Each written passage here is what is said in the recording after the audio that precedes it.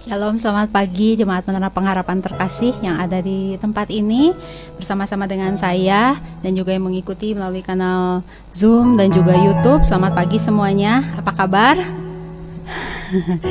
Gak ada suaranya Bapak Ibu. Kiranya semua dalam keadaan sehat ya dan bersemangat. Ini udah minggu Advent keempat Bapak Ibu, udah mau menuju hari Natal dan kita bersyukur untuk kasih setia, untuk kepedulian Tuhan atas kehidupan kita sehingga Dia mengutus anaknya Tuhan Yesus Kristus untuk menjadi juru selamat bagi kita. Kita bersyukur dan kita mau sambut kehadirannya pagi ini.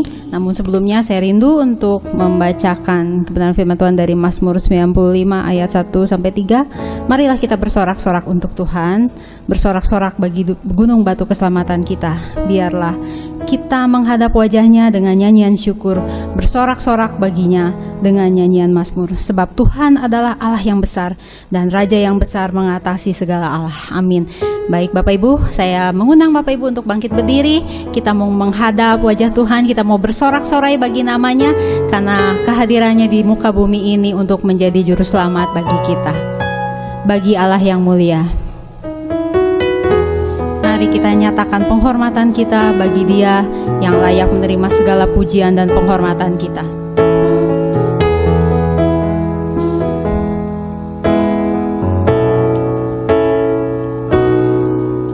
Bagi Allah yang mulia, yang bertahta di kerajaan surga, bagi anak domba Yesus Kristus Tuhan, Engkau layak disembah. Amin Tuhan. Mari datang kepadanya,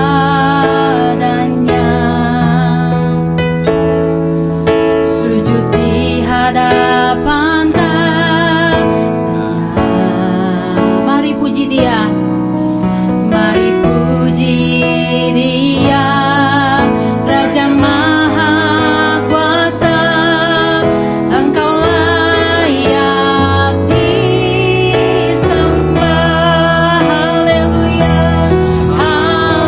haleluya, haleluya. Terpujilah namamu.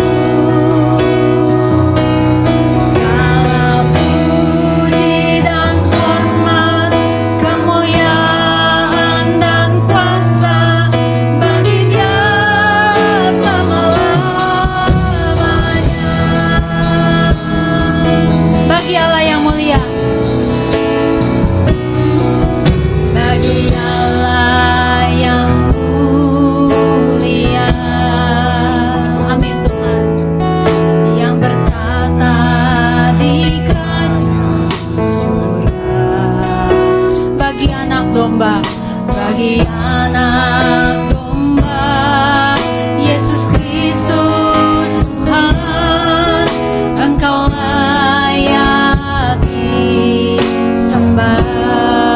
Amin Tuhan. Mari datang kepadanya, sujud di hadapan tangannya. Mari puji Dia,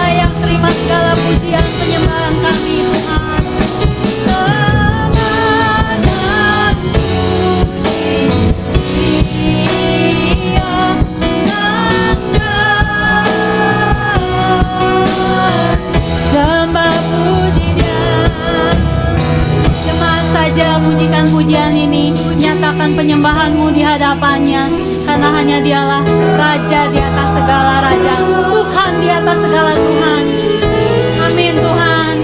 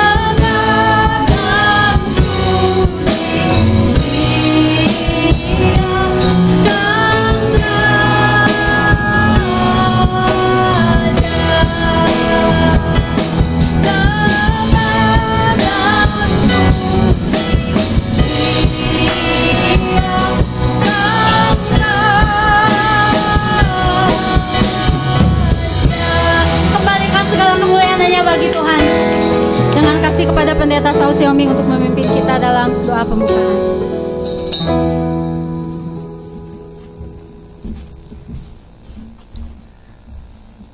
Bagimulah Tuhan sembah dan kemuliaan kami pada pagi hari ini. Kami bersyukur karena kami boleh ada di tempat ini untuk menyembah Engkau Tuhan, memuji Engkau Tuhan. Biarlah Tuhan Yesus pada saat pagi hari ini Yesus Kristus hadir di hati kami masing-masing, sehingga puji-pujian yang kami naikkan boleh menjadi dupan yang harum di hadapan Tuhan. Terima kasih pada pagi hari ini Tuhan, sertai kami Tuhan, sehingga sungguh-sungguh Tuhan kami boleh Tuhan jamah satu persatu Tuhan. Inilah kami Tuhan, anak-anak-Mu yang rindu terus datang untuk menyembah dan memuji Tuhan. Terima kasih Tuhan, biarlah Tuhan Yesus Kristus yang membuka ibadah ini dari pertama pertengahan sampai akhirnya, di dalam nama Tuhan Yesus yang juga telah mengajar kami berdoa. Bapa kami yang di surga, dikuduskanlah nama-Mu, datanglah kerajaan-Mu, jadilah kehendak-Mu di bumi seperti di surga. Berikanlah pada hari ini makanan kami yang secukupnya, dan ampuni akan kesalahan kami, seperti kami telah mengampuni orang bersalah kepada kami. Dan jangan kami bawa ke dalam pencobaan, tetapi lepaskan kami daripada yang jahat.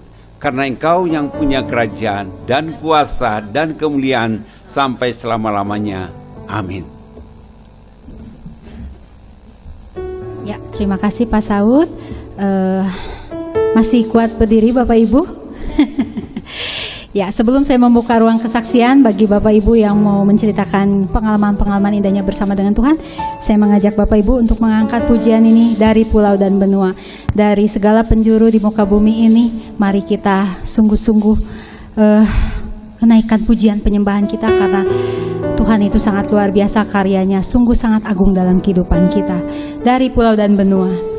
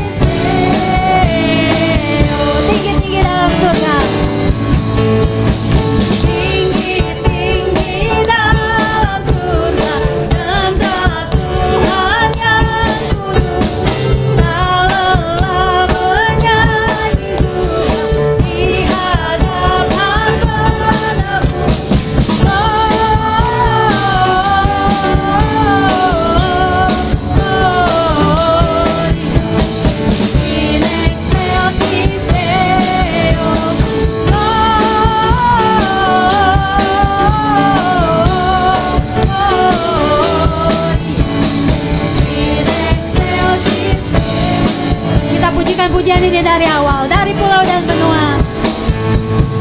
Dari pulau dan benua, terdengar selalu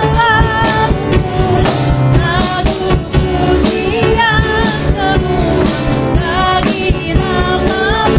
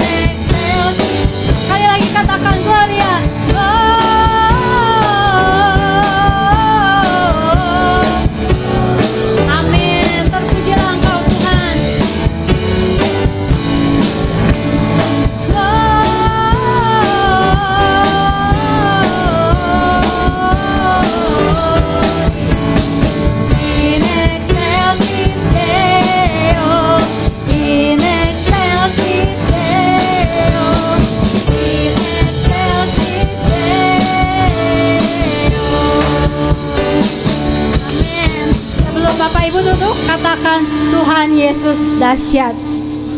Toh satu sama lain katakan Tuhan Yesus dahsyat bagi Bapak Ibu sekalian.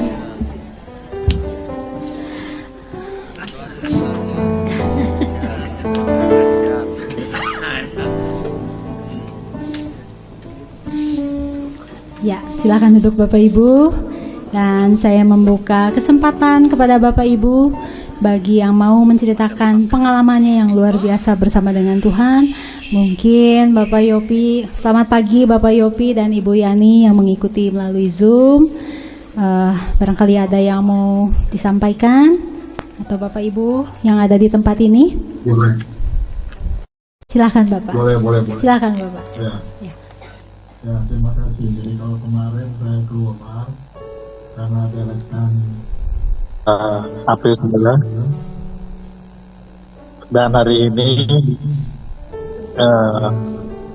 Ibu Yani dia keluar dengan, karena ada kemarin dia keluar juga karena ada pertemuan dengan teman-teman sekolahnya. Itu mereka ada hari ini Natalnya gitulah artinya.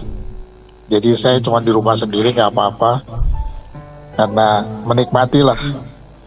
Jadi kalau kemarin kami keluar, nah saya bersyukur bagaimana Tuhan itu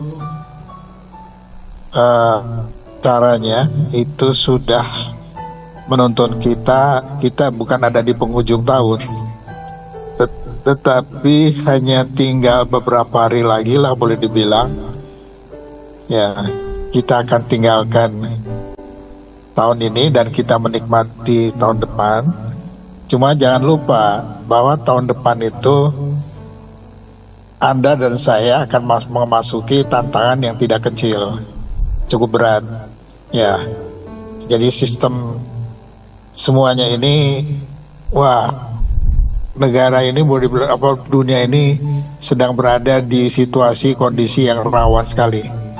Itu sebabnya Anda harus minta belas kasih Tuhan supaya Anda dituntun oleh Tuhan dengan cara Tuhan, supaya ke masing-masingan kita itu dijaga dan dilindungi oleh Dia. Itu sebabnya di Israel sendiri hari ini terjadi peristiwa yang besar, dan khususnya untuk tanggal 25 akan ada perayaan yang besar sekali di Israel sendiri. Itu sebabnya Anda harus minta belas kasih Tuhan supaya Tuhan akan tolong mereka, bagaimana mereka sendiri melewati fase yang cukup berat. Tetapi kita boleh dibilang sebagai pemercaya, kita kelas 1, cuma kita tidak di dalam, tidak di luar, tetapi kita ada di lingkar dalam sebenarnya. Nah, kita bersyukur bagaimana Tuhan Yesus mengangkat kita, menjadikan kita anaknya. Kalau kita bukan anak-anaknya, tapi kita anaknya yang diangkat sah oleh Dia, sehingga kita menikmati fasilitas yang berbeda dari mempercaya, walaupun orang Israel itu ada di sana, boleh dibilang, tetapi mereka betul anak, tetapi kita anak yang diangkat. Jangan lupa loh. Saya bersyukur kepada Tuhan. Kenapa? Karena pada waktu Pahit mengangkat Yani menjadi anaknya, itu orang Amerika beda. Anak sendiri belum tentu mendapat hak waris. Anak sendiri loh. Tapi kalau di Amerika, engkau ambil anak, angkat anak. Anak yang diangkat itu punya hak waris lebih besar daripada anak sendiri. Benar. Coba kalau kita di Indonesia, kita ribut. Betul nggak? Iya. Tapi di Amerika beda. Itu sebabnya pada waktu saya ke sana, boleh bilang, karena yang masih hidup tuh, waktu mereka datang ke Indonesia tuh papa mamanya itu ketemu saya 2 kali, boleh dibilang. Makanya waktu saya ke sana, mamanya udah meninggal, mamanya Pahit, tetapi papanya itu peluk saya. Dia minta supaya kalau bisa saya itu tetap tinggal di Indonesia. Kenapa? Disedihkan karena dia mau anaknya kembali lagi ke Amerika. Nah, saya nggak mungkin kembali. Kenapa? Ikut papanya. Saya bilang begini, saya bilang I am very thankful, saya bilang saya berterima kasih kepada Tuhan, tapi tidak mungkin, kata saya, kenapa? Karena Pahit tuh mau tinggal di Indonesia, mau meninggal di Indonesia. Kalau saya cerita kayak gitu kan nggak enak, ya kan? Jadi ya mereka berdua sudah pulang. Kita bersyukur bagaimana tangan Tuhan. Pak Ibu Hit terakhir ya beda 3 tahun atau 4 tahun lah, menuju 4 tahun. Kalau Pahit sudah pulang lebih dulu lah. Nah, kita Tuhan memelihara kita sebagai anak, dan sekarang kita ada di lingkar kecil dan kita sedang kedatangan Tuhan. Itu sebabnya terima kasih lah Natal ini. Tuhan Yesus memberkati. Terima kasih. Terima kasih Bapak buat kesaksiannya. Tentunya Bapak nggak pernah sendiri, ada Tuhan Yesus yang bersama dengan Bapak di rumah.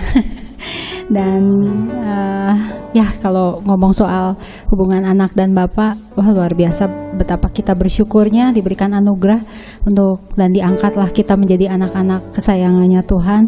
Dan ya pokoknya nggak akan pernah bisa kita membalas kebaikan Tuhan Bapak Ibu ya. Speechless lah kalau udah ngomong soal kebaikan Tuhan.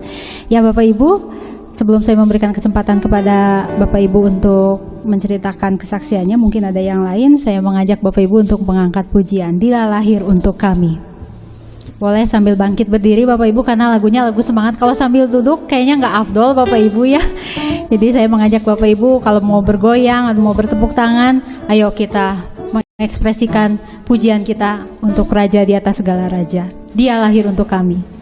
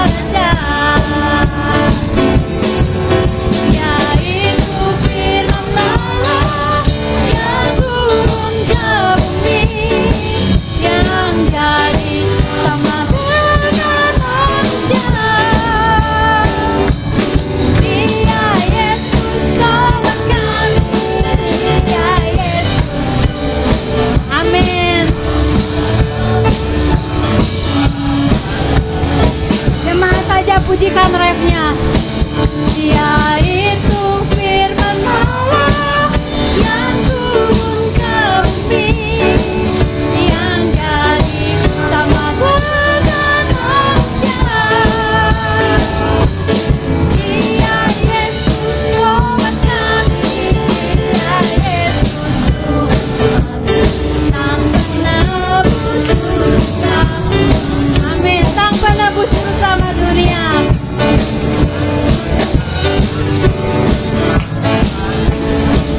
Sang Penebus juru selamat dunia, Sang Penebus juru selamat dunia. Kembalikan segala kemuliaan hanya bagi Tuhan. Silakan duduk Bapak Ibu. Ya Bapak Ibu, barangkali ada yang mau menyampaikan kesaksiannya, dipersilahkan. Masih diberi kesempatan loh Bapak Ibu, biar kita saling menguatkan sebagai saudara seiman. Ada? Oke, kalau belum ada ya saya yang bercerita sedikit ya Bapak Ibu. Luar biasa sebenarnya pertolongan Tuhan ya dalam kehidupan saya secara pribadi dan juga keluarga saya sepanjang tahun 2025 ini. Khususnya kemarin itu waktu persiapan keberangkatan Pak Alek mau ke Surabaya ya Bapak Ibu. Karena hari ini kan sebenarnya ada jadwal pentabisan pendeta. Jadi mulai dari hari Jumat itu kan kami tuh berkunjung ke rumah Pak Yopi untuk meminta tanda tangan sertifikat. Itu di perjalanan karena udah kesorean banget dan suratnya baru selesai direvisi, jadi mepet sekali waktunya itu. Jadi di Jalan Soekarno-Hatta itu hujan tuh udah sangat deras sekali. Tiba-tiba hujan deras banget. Ya udah kami, dan parahnya kami nggak bawa jas hujan karena menjaga itu dokumen supaya nggak terlipat di dalam motor. Saya bilang, udahlah, maju terus aja, gaskan, biarinlah kita hujan-hujanan aja, nggak apa-apa. Mudah-mudahan nanti di depan atau di arah Cimahi atau Cihanjuang nggak akan hujan, panas lah, moga-moga, kata saya gitu. Dan kami hadapi itu hujan deras di sepanjang dari belokan Inhofteng ke Soekarno-Hatta mau menuju jembatan layang Bapak Ibu. Saya dalam hati dan di jalan saya cuma berteriak, aduh Tuhan kasihanin kami, aduh hujannya gede banget, tolonglah berhenti hujannya. Itu tiba-tiba jalan aja terus di jembatan, di tengah jembatan, saya nggak tahu apa memang itu perbatasan, tapi tiba-tiba langsung hujannya tuh nggak ada lagi Bapak Ibu. Panas itu ke sebelah sananya, nggak ada hujan. Aduh, wah Pih, ini Tuhan luar biasa banget. Kita berdoa udah teriak, aduh Tuhan tolong hujannya, karena kalau hujan sekarang tuh tajam Bapak Ibu, airnya lumayan dan dingin lagi. Lumayan lah kalau kena badan tuh, ya kalau sampai Cihanjuang hujan terus basah kuyup pastinya. Jadi ya pembelajaran yang diambil, kadang kita memandang masalah itu dari kacang luarnya, aduh kayaknya udah berat, udah mengerikan. Tapi setelah dihadapi, tentunya bersama dengan pertolongan Tuhan, ternyata di depan sana ada hari yang cerah menanti. Itu Bapak Ibu, satu.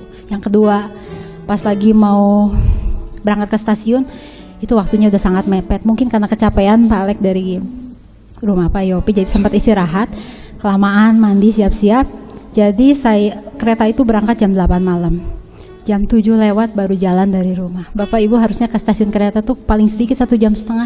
Apalagi jalan dari Kembar ke Kebon Kampung, macetnya alhamdulillah itu hari Jumat kemarin. Karena ya kita tahulah orang Jakarta kan banyak yang ke Bandung kalau weekend. Itu di perjalanan macet, kami udah pesen Grab. Puji Tuhan, Tuhan kasih supir Grab tuh luar biasa baiknya. Saya kepaksa pilih Grab yang prioritas karena dia mengutamakan kecepatan itu supaya dia tiba di stasiun dengan selamat, dengan tepat waktu. Itu pas udah mau keluar Sriwijaya, macetnya luar biasa. Wah ini nggak bisa. Udahlah kita balik lagi aja, kita naik motor. Dan untungnya si drivernya itu, Bapak saya harus bertanggung jawab. Jadi nggak apa-apa kita pakai motor Bapak aja. Saya bonceng anak Bapak, jadi dia bonceng Tio, bawa koper. Saya sama Pak Alek naik motor yang satu lagi. Itu di perjalanan Bapak Ibu ngeri banget, macetnya luar biasa. Kami selap-selip itu udah kayak, mohon maaf ya, itu supir drivernya udah kayak orang kesetanan. Ngebutnya aduh luar biasa, Tio aja juga nggak pernah ada riwayat ngebut kayak gitu, bahkan Pak Alek juga nggak pernah. Selap-selip karena ngejar kereta gitu ya, karena udah hampir 7:30 udah ketar-ketir. Dan itu yang saya paling jengkel banget sama Pak Alek, pas di jalan Bancai mau belok ke Sunia Raja. Itu Pak Alek punya kebiasaan kalau udah mepet dia tuh pasti naik trotoar. Sangat melanggar hukum lalu lintas banget sebenarnya, saya udah marah banget. Itu trotoarnya bukan pendek Bapak Ibu, tinggi banget dong. Itu motor dipaksain dia naikin, dijempingin. Kamu apa-apaan? Terus pas turunnya tuh gak gejelik motornya. Saya tuh udah takut, udah baru berapa bulan lalu dibenerin ke bengkel. Ngegejelik aja, saya sampai teriak sampai orang-orang pengguna jalan yang lain. Papi rusak motor, kata saya. Aduh ampun. Tapi puji Tuhan selap-selip karena tadinya harusnya di stasiun utara, karena udah macetnya gak ketolongan jadi kepaksa di stasiun selatan. Dan yang lebih tragis lagi Bapak Ibu, pas nyampe di stasiun selatan itu mau keluarin dokumen, dompetnya ketinggalan dong Bapak Ibu. Luar biasa karena mepetnya waktu, itulah Pak Alex. Jadi udah nggak bisa kan karena dokumen harus ada, tapi puji Tuhannya di scan juga udah nggak bisa. Tiket kereta api sebenarnya belum jalan, tapi karena mungkin Pak Togu kan dia berangkat sama Pak Togu, Pak Togu udah scan duluan, dia udah naik ke gerbong duluan, jadi nggak bisa scan ulang si tiketnya. Tapi puji Tuhannya, Tuhan kasih di situ ada security sama petugasnya baik banget, jadi difasilitasi diantar aja langsung ke kereta. Jadi berangkatlah Pak Alek dengan damai. Cuma ya itu dompet ketinggalan. Ketar-ketir keluar kota nggak bawa dompet Bapak Ibu, bayangin nggak ada uang sepeser pun. Tapi ya udahlah, akhirnya ya udah saya kasih kartu ATM saya aja, bawa aja nggak apa-apa. Biarinlah saya makan di Bandung kan masih ada Tio lah, jadi nggak terlalu gimana. Jadi ya Tio udah angguk-angguk. Jadi ya udahlah, ya bersyukur pertolongan Tuhan tuh nggak pernah terlambat. Kita seperti Pak Yopi tadi bilang, kita tuh diangkat jadi anak-anaknya. Jadi pastinya dalam segala keadaan, apalagi keadaan yang mepet, Tuhan tuh gak pernah tinggalin. Justru dia bekerja sangat luar biasa dalam kehidupan kita. Tidak pernah terlambat, indah dan tepat pada waktunya. Jadi tetap punya pengharapan Bapak Ibu, apapun pergumulan Bapak Ibu saat ini, jangan pernah lelah berdoa, jangan pernah lelah berharap sama Tuhan, karena Tuhan tuh gak pernah tinggalin kita. Dia ada bersama dengan kita dan dia selalu peduli. Makanya dia menghadirkan anaknya yang tunggal untuk jadi juru selamat dalam kehidupan kita. Kita akan masuk ke dalam kebenaran firman Tuhan. Saya mengajak Bapak Ibu untuk menundukkan hati. Kita mau angkat pujian ini, Allah peduli.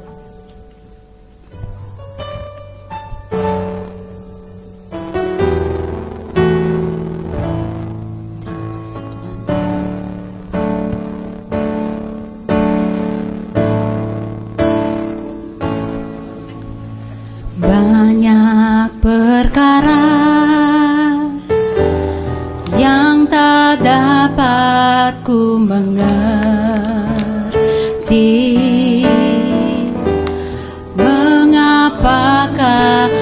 harus terjadi di dalam kehidupan ini. Satu perkara yang ku simpan dalam hati, tiada satu pun yang terjadi tanpa Allah peduli. Allah mengerti, Allah peduli segala persoalan yang kita hadapi. Tak akan pernah dibiarkannya ku bergumul sendiri, sebab Allah mengerti. Kita pujikan pujian ini dari awal. Banyak hal yang tak kupahami, banyak perkara yang tak dapat ku mengerti.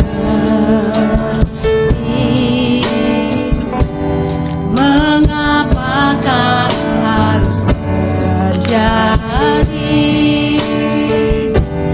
di dalam kehidupan ini?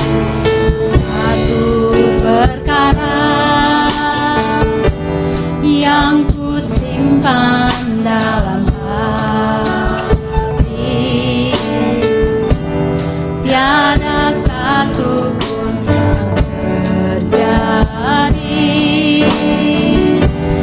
tanpa Allah peduli. Allah mengerti, Allah mengerti, Allah peduli segala persoalan yang kita hadapi. Tak akan pernah dibiarkannya ku bergumul sendiri, sebab Allah mengerti. Allah mengerti, Allah mengerti, Allah peduli segala persoalan yang kita hadapi.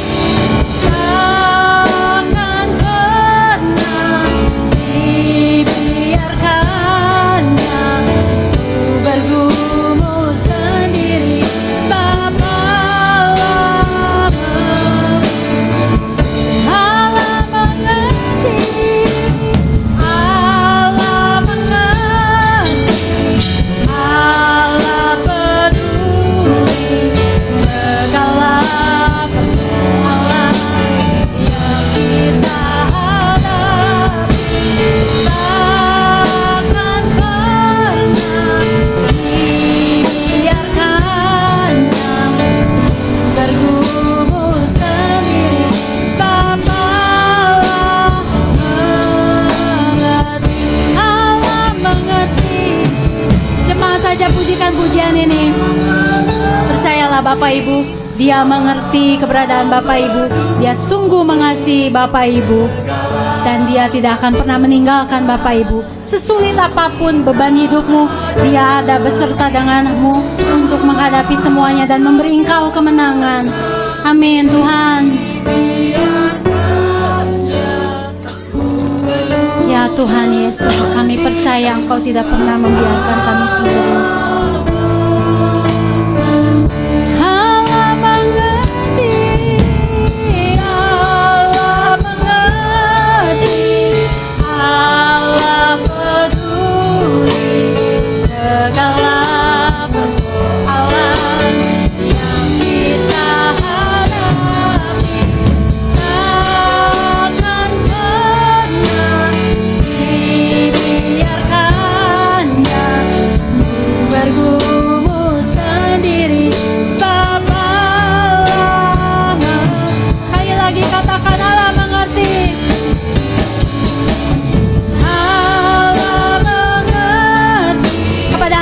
Pendeta Nelson yang akan membawa firman Tuhan. Saya persilakan.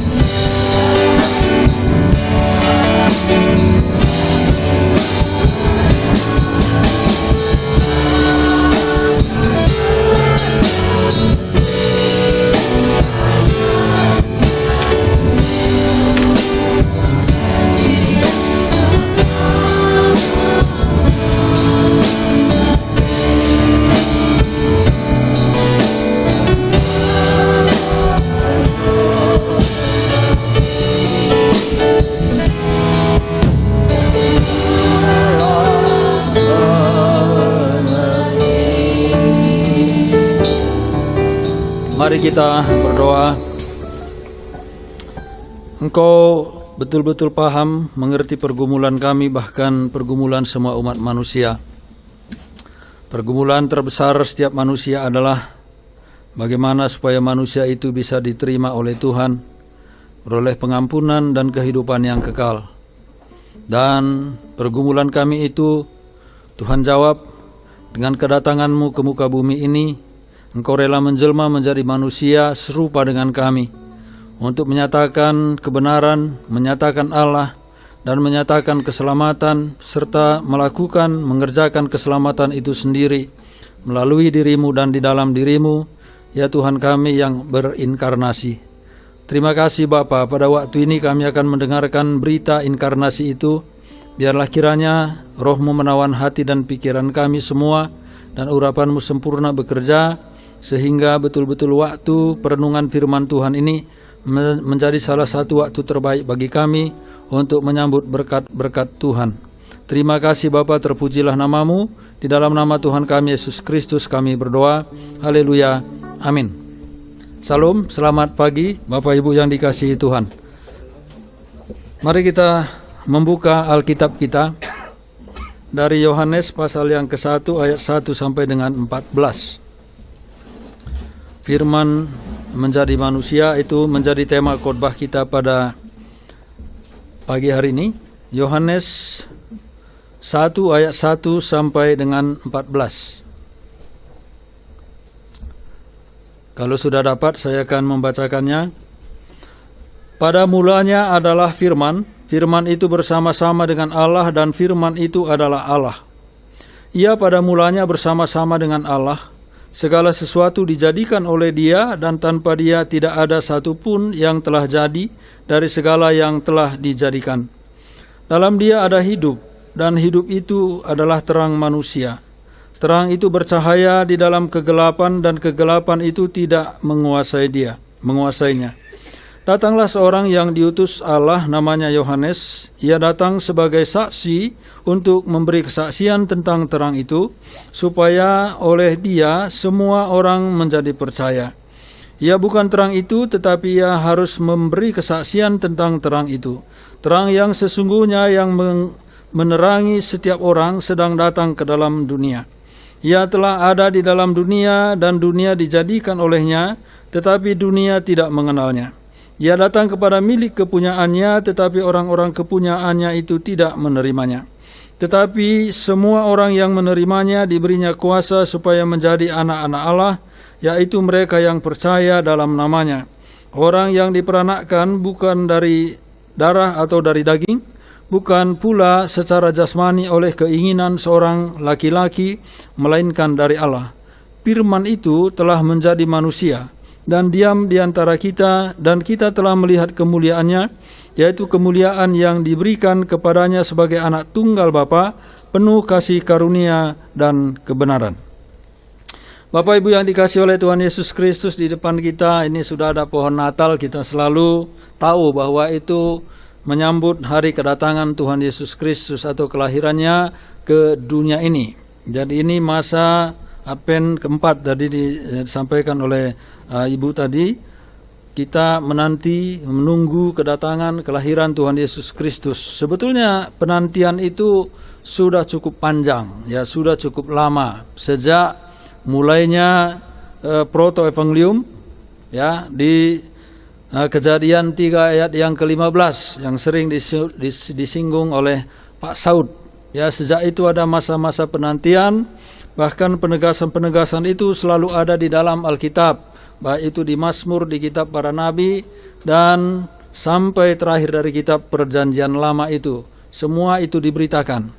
Sehingga banyak orang yang menunggu. Kalau kita melihat umpamanya percakapan antara Tuhan Yesus dengan perempuan Samaria, maka dia mengatakan bahwa kami tahu bahwa akan datang Yesus Mesias yang disebut Kristus, katanya. Demikian juga Simeon, dia dituntun oleh Roh Kudus. Dikatakan oleh Roh Kudus kepada Simeon bahwa Simeon tidak akan mati sebelum bertemu dengan Juru Selamat. Sehingga pada waktu Tuhan Yesus dibawa ke Bait Allah, dia bertemu di sana dan dia mengatakan, Tuhan, biarlah hamba-Mu ini pergi dengan damai sejahtera, karena hamba-Mu telah melihat keselamatan yang daripadamu. Jadi ada masa-masa penantian, dan bahkan saudara-saudara kita yang beragama Yahudi sampai hari ini masih terus menanti Mesias yang dijanjikan itu. Nah, saudara-saudara, kita akan melihat bagian Alkitab yang kita baca tadi tentang firman menjadi manusia. Kalau kita tadi membaca di ayat 1 dan ayat yang kedua, dikatakan bahwa firman itu bersama-sama dengan Allah, dan firman itu adalah Allah. Ia pada mulanya bersama-sama dengan Allah. Jadi Tuhan kita Yesus Kristus itu awalnya sebelum dia datang ke muka bumi ini, dia itu adalah Allah, dia itu bersama-sama dengan Allah, memiliki status Allah. Itulah keberadaannya. Jadi sejak awal, sejak semula, dia itu adalah Allah sebelum dia datang ke dunia ini. Jadi dia itu adalah Allah. Dan bahkan tadi ditegaskan di ayat yang ketiga, segala sesuatu dijadikan oleh dia. Jadi dia sebagai Allah, maka otomatis sekaligus dia juga adalah sebagai pencipta. Ya, jadi bukan sekedar Allah, sekedar ucapan, sekedar perkataan, tetapi juga adalah Allah yang menjadikan segala sesuatu. Menjadikan kita, menjadikan alam semesta ini. Bila kita melihat bintang-bintang di malam hari, maka kita tahu bahwa dialah yang menciptakan bintang-bintang itu. Ketika kita jalan-jalan mungkin di taman kota, kita melihat bunga-bunga yang indah, dia juga yang menciptakan bunga-bunga itu.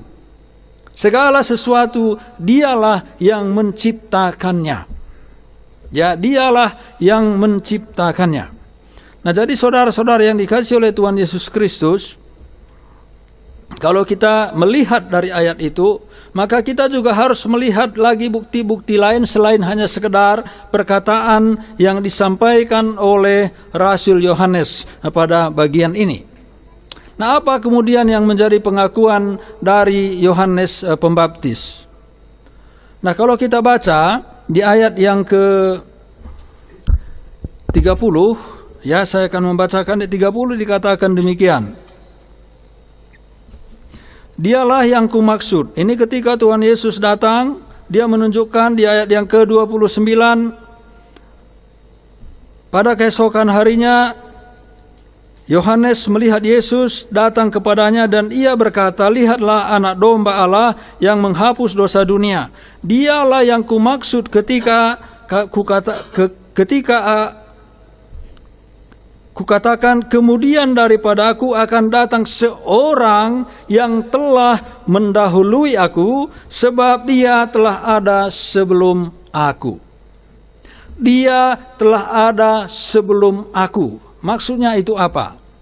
Kalau kita melihat tentang dari kelahiran, bahwa Yohanes Pembaptis itu sudah duluan 6 bulan lahir, baru kemudian menyusul Tuhan Yesus Kristus. Dari mana kita tahu? Ketika malaikat datang kepada Maria, dan malaikat itu mengatakan, Maria, kamu akan mengandung, Roh Kudus akan menaungi engkau. Maka bagaimana mungkin hal itu terjadi? Dan di dalam dialog itu ada perkataan, Elisabet, sanakmu itu sudah mengandung 6 bulan. Maka untuk membuktikan itu Maria datang. Dia pergi ke tempat Elisabet walaupun jauh. Lalu melonjaklah anak di dalam kandungan Elisabet. Sehingga Elisabet mengatakan, siapakah aku ini sampai ibu Tuhanku datang mengunjungi aku? Karena Roh Kudus yang mendorong dia berbicara demikian. Jadi ada beda usia sekitar 6 bulan.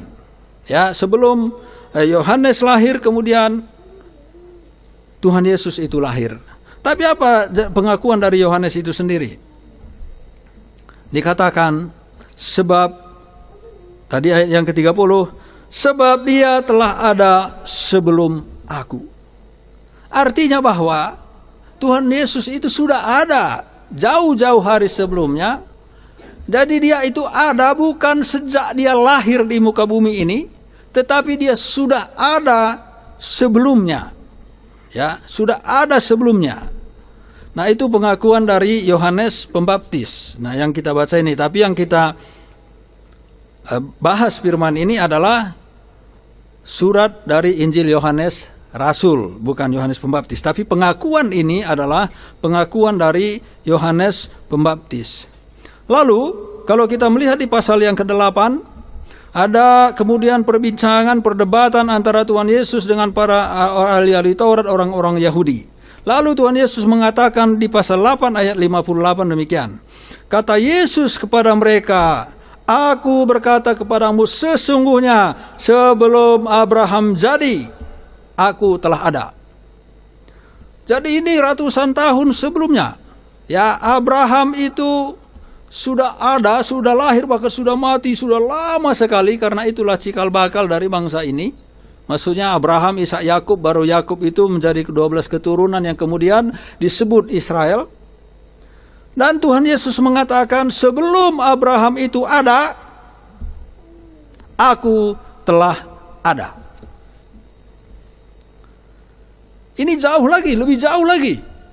Abraham saja yang jumlah waktu tahunnya begitu lama. Dan Tuhan Yesus bilang, sebelum Abraham ada, Aku telah ada. Nah, jadi saudara-saudara dikasihi Tuhan Yesus Kristus, itu adalah perkataan-perkataan yang menunjukkan bahwa Tuhan Yesus itu ada. Lalu bagaimana dengan perkataan dari Yohanes Rasul yang menulis Injil Yohanes ini? Nah, kalau kita membaca di perkataan yang itu senada dengan Yohanes di perkataan Yohanes tadi. Mari kita lihat sebentar, saya akan bacakan saja biar cepat. Dari 1 Yohanes 1 ayat 1 sampai dengan 3. Apa yang telah ada sejak semula. Nah, kalau tadi Yohanes mengatakan di sini, pada mulanya adalah firman. Ya, kata Injil Yohanes di sini. Tapi apa yang dikatakan di sini? Apa yang telah ada sejak semula. Telah kami dengar. Maksudnya itu apa? Yang sudah ada sejak semula itu sudah diberitakan itu dari dulu sehingga kami mendengarnya. Lalu sekarang yang telah kami dengar itu dikatakan yang telah kami lihat. Kami sudah mendengarnya. Kami sekarang menjadi saksi mata, sudah melihat dia. Lalu dilanjutkan lagi yang telah kami saksikan. Ya, bukan hanya sekedar mendengar, melihat, juga mereka berbicara tentang itu. Dan bahkan dikatakan berikutnya di ayat itu, yang telah kami raba dengan tangan kami tentang firman hidup. Itulah yang kutuliskan kepadamu. Jadi dia telah ada. Kami telah mendengar berita tentang dia, bahwa dia akan ada, dia akan datang. Lalu siapa yang telah ada, yang sudah datang itu, kami sudah melihatnya, kami menjadi saksi matanya. Dan bukan sekedar itu, kami juga sudah bersentuhan dengan dia, telah kami raba dengan tangan kami. Karena yang mengatakan ini adalah Yohanes Pembaptis, berarti kita tahu bahwa mereka itu memang selalu bersama-sama sekitar 3,5 tahun. Sejak mereka itu menjadi rasul. Nah, jadi saudara yang dikasihi oleh Tuhan Yesus Kristus, dari situ kita melihat bahwa Yesus itu berinkarnasi, itu bukan hanya perkataan Yesus sendiri, tapi juga perkataan dari muridnya. Ada juga di sini Yohanes Pembaptis. Nah, saudara, lalu kalau kita melihat kembali di ayat yang ke-34, saya baca, kata Yohanes Pembaptis, dan aku telah melihatnya dan memberi kesaksian, inilah anak Allah. Nah, lalu kita bertanya-tanya, apa itu anak Allah? Dan Nathanael juga mengatakan di ayat yang ke-49, kata Nathanael, kepadanya, Rabi, engkau anak Allah, engkau raja orang Israel. Nah saudara-saudara, ini ada perkataan anak Allah. Kalau kita melihat Injil Yohanes itu selalu akan banyak kata-kata anak Allah. Dan bahkan di Injil lain juga ada perkataan-perkataan anak Allah. Kadang juga ada perkataan anak manusia. Nah apa yang dimaksud dengan perkataan anak Allah itu? Mari kita perhatikan. Yohanes 10 ayat 36 mengatakan demikian. Masihkah kamu berkata kepada dia, maksudnya kepada dia itu menunjuk kepada Yesus Kristus sendiri, yang dikuduskan oleh Bapa dan yang telah diutusnya ke dalam dunia. Engkau menghujat Allah karena aku telah berkata, aku anak Allah. Nah jadi mereka ini tidak setuju, karena Tuhan Yesus itu mengatakan dia adalah anak Allah. Tapi tadi kita melihat, Yohanes sendiri juga mengatakan dia anak Allah, dan Nathanael secara langsung berhadapan dengan Tuhan Yesus juga, dan Nathanael mengatakan engkau anak Allah. Tetapi Tuhan Yesus tidak mengatakan tidak. Dia menerima apa perkataan dari Nathanael itu sendiri. Nah sehingga Bapak Ibu yang dikasihi oleh Tuhan Yesus Kristus, terjadilah masalah seperti itu tadi. Nah ternyata kalau kita lihat di dalam Alkitab, bahwa yang disebut dengan anak Allah itu sekaligus juga itu adalah Allah. Itu ada perdebatan-perdebatan antara Tuhan Yesus dengan orang-orang Yahudi pada waktu itu, bahwa mereka mengatakan engkau gila katanya, karena sekalipun engkau manusia, engkau menyamakan dirimu sendiri dengan Allah. Nah jadi saudara-saudara yang dikasihi oleh Tuhan Yesus Kristus, dia itu adalah anak Allah. Yang disebut dengan anak Allah, yang dimaksud dengan anak Allah itu adalah Allah itu sendiri. Pernah seorang Kristen ditanya, kalau anak bupati, nah apakah dia bupati? Oh tidak. Kalau anak camat, apakah dia camat? Tidak. Oh berarti Yesus katanya bukan Allah, karena dia anak Allah, berarti bukan Allah. Tapi pertanyaannya begini, kalau anak manusia, manusia bukan? Anak merpati, merpati bukan? Yang merpati juga. Nah, jadi saudara-saudara kadang-kadang kita diperhadapkan dengan cara berpikir yang seperti itu. Tapi perpikiran itu terlalu sempit. Ya. Jadi anak Allah disebut di sini bukan berarti Allah itu punya anak karena menikah. Tetapi karena Allah itu di dalam kekristenan itu adalah Allah Tritunggal. Makanya berkat kita selalu sampaikan, berkat itu dari Bapa, Anak dan Roh Kudus. Dalam baptisan itu kita selalu membaptiskan dalam nama Bapa, Anak dan Roh Kudus. Nah mungkin ini dibahas di kesempatan-kesempatan lain. Nah saudara-saudara dikasihi Tuhan Yesus Kristus, lalu tadi saya sudah menyebut bahwa dia itu adalah pencipta. Ya, dia menciptakan segala sesuatu. Nah, mari kita melihat ayat-ayat Alkitab yang bisa mendukung tentang dia adalah sebagai pencipta. Karena dia Allah, Allah itu pastilah menjadi pencipta. Ya, Allah itu pasti bisa mencipta. Nah, lalu kita akan melihat di dalam Alkitab, sesuai dengan ayat 3 tadi dikatakan demikian, segala sesuatu dijadikan oleh dia, dan tanpa dia tidak ada satupun yang telah jadi dari segala yang telah dijadikan. Nah peristiwa apa? Salah satu contoh kalau kita dilihat Yohanes, maka kalau di pasal 2 ayat 1 sampai dengan 11, ada satu pernikahan di Kana. Waktu itu mereka kekurangan anggur. Anggur itu bukan buat mabuk-mabuk, ya itu semacam jus untuk diminum. Ya, kehabisan anggur. Lalu Tuhan Yesus mengatakan, maka Tuhan Yesus mengatakan, bawalah tempayan itu, isilah penuh dengan air. Lalu mereka itu mengisinya penuh dengan air, dan Tuhan Yesus bilang cedoklah. Maka mereka mengambil, meminum, dan ternyata anggur yang diciptakan oleh Tuhan Yesus itu jauh lebih baik daripada anggur yang sebelumnya mereka sudah minum. Jadi bisa kita lihat di sini, dari air kemudian Tuhan mengubah itu menjadi anggur. Secara kimiawi pun itu sudah terjadi sebuah perubahan. Nah, tetapi apa yang saya maksud di sini, bahwa dia bisa menjadikan sesuatu kepada yang lain. Ya, dari satu hal kepada hal yang lain. Ini adalah tanda-tanda pencipta. Dan ini prosesnya hanya dengan perkataan. Bahkan bukan perkataan malah. Masukkan katanya saja begitu, ya, masukkan isi tempayan itu dengan air. Hanya berkata demikian langsung berubah. Tidak ada perkataan apapun selain perkataan perintah untuk dilakukan oleh pelayan-pelayan di pesta itu. Nah, lalu kalau kita melihat di bagian lain, ini juga berhubungan dengan air. Di Yohanes 6 ayat 16 sampai dengan 21, Tuhan Yesus itu berjalan di atas air. Karena dia penciptanya, dia berkuasa atas air itu sendiri. Dan dia bisa berjalan, dia menguasai bumi ini, dia menguasai alam semesta ini. Dan bahkan kalau kita melihat dia melawan gratifikasi. Itulah bumi di sini ya. Sama seperti kenaikannya ke surga. Bumi ini tidak sanggup menahan dia. Dia bisa melayang begitu saja. Karena dia itu adalah pencipta. Sehingga dia menaklukkan seluruh ciptaan yang ada. Menguasai seluruh yang ada. Dan bahkan kalau kita lihat itu masih banyak peristiwa lain. Lalu ada peristiwa lain juga itu. Di Yohanes 11 ayat 1 sampai 44. Itu cerita tentang Lazarus yang sudah mati 4 hari. Kemudian dibangkitkan oleh Tuhan Yesus Kristus. Bagaimana mungkin orang yang sudah membusuk itu kemudian berubah lagi menjadi hidup. Bagaimana sel-sel tubuhnya, sel-sel darahnya, sel-sel otaknya. Dan seluruh kelengkapan tubuh sebagai manusia itu bisa kembali bangkit. Tidak ada cerita seperti itu. Dan Tuhan Yesus hanya mengatakan, "Hai Lazarus, bangkit, keluarlah." Dia hanya mengatakan keluarlah.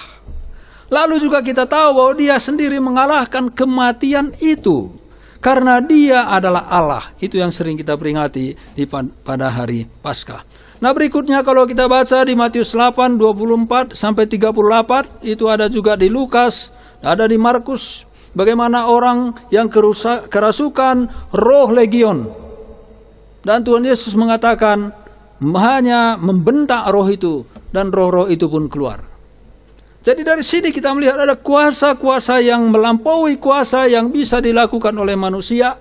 Melampaui kuasa yang bisa dikalahkan oleh dukun sekalipun. Kalau kita membaca Alkitab, dalam nama Yesus semua itu menjadi takluk. Kenapa bisa seperti itu? Karena dia adalah Allah. Maka kesimpulannya, saudara-saudara yang dikasihi oleh Tuhan Yesus Kristus, firman itu telah menjadi manusia. Di ayat 14. Firman itu, Allah itu yang tadinya bersama-sama dengan Allah Tritunggal, dia datang ke dalam dunia ini menjadi manusia. Hari Senin yang lalu saya menghadiri Natal misi di Gereja Kalam Kudus Jalan Pasundan itu ya. Pasundan kalau saya tidak salah. Nah, kami naik Grab. Saya duduk di depan. Lalu supir Grabnya langsung bilang, "Udah Natalan belum, Pak?" "Oh ya, ini baru saja kami selesai Natalan." Nah, saya bilang begitu. "Bapak paham kenapa tahu kalau ada Natalan?" "Oh ya, saya tahu, saya sering lewat sini," katanya. "Bapak tahu apa itu Natalan?" Nah, itu saya mulai itu, saya biasa ya. Ya, kelahiran Isa Al-Masih katanya begitu. Nah, lalu ya itu Natalan, Pak, tapi itu awal, itu kelahirannya. Baru nanti akan ada yang namanya Paskah. Sebelumnya ada Jumat Agung. Nah, Bapak tahu maksudnya itu apa? Oh, saya jelasin lah, ya, saya jelasin. Ya biasalah, ya. Saya jelasin lah bagaimana Natal itu awal, tapi puncaknya itu kepada kematian dan kebangkitan Tuhan Yesus Kristus. Nah, saudara, tapi bagi kami katanya, dia itu bukan Tuhan. Isa itu bukan Tuhan. Saya bilang, bagi kami dia itu Tuhan. Tuhan yang menjelma menjadi manusia, bukan manusia yang dijadikan Tuhan. Saya ceritakan seperti itu. Di perjanjian lama itu, Tuhan sering sekali menemui manusia. Dia pernah menemui Musa. Dia pernah menemui Abraham. Tapi dia menjelma di dalam setiap menemui orang-orang. Karena tidak ada satu orang pun yang sanggup melihat Allah. Setiap orang yang melihat Allah, dia pasti akan mati. Nah, karena itu Allah itu menjelma menjadi sesuatu. untuk bisa bertemu dengan orang-orang. Nah, saya jelaskan itu dan dia bertanya soal Tritunggal dan seterusnya. Bagi saya itu tidak mengapa. Tetapi pesan bahwa kelahiran Yesus Kristus itu, dia datang sebagai juru selamat. Saya jelaskan kepadanya. Dia datang kepada kita, datang ke dunia ini sebagai juru selamat untuk menyelamatkan manusia. Karena manusia yang berdosa tidak mungkin masuk ke dalam surga. Surga itu terlalu kudus, terlalu suci. Satu dosa pun tidak bisa masuk ke dalam surga itu. Bapak Ibu, saya jelaskan ya, semangatlah saya. Ya. Setelah turun, ada teman saya lagi belajar ilmu musikologi di orang Amerika. Setelah turun, terima kasih Pak Nelson, berkat bagi saya, Bapak sudah memberitakan, katanya. Saya jawab ringan, saya sudah biasa seperti itu, saya bilang. Nah, saudara-saudara, banyak kesalahpahaman. Ya seperti Bapak ini tadi. Dia melihat bahwa dia itu hanya sebagai manusia biasa, dan dalam konsep benak pikiran mereka bahwa Tuhan Yesus itu dijadikan Tuhan walaupun dia manusia. Saya jawab dia, saya tahu Pak, alur pemikiran Bapak seperti itu.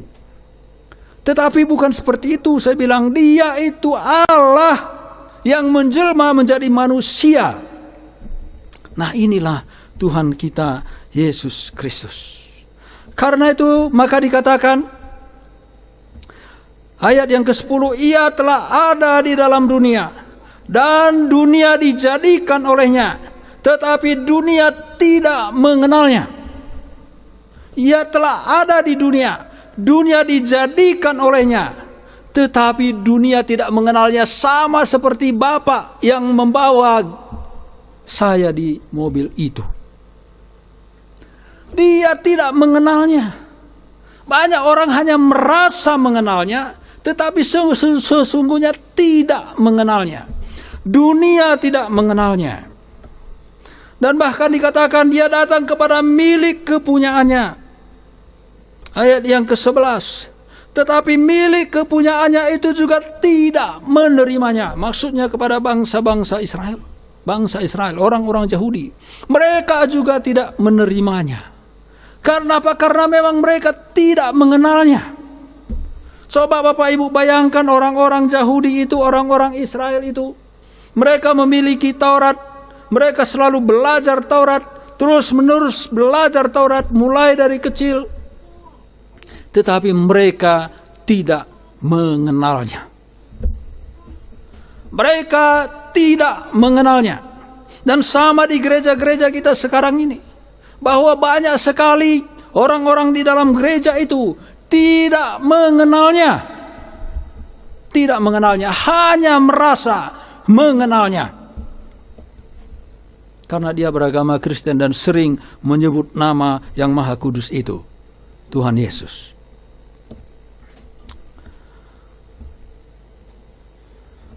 Jadi Tuhan Yesus itu pencipta, tapi juga dikatakan di ayat yang keempat, Tuhan Yesus itu adalah terang.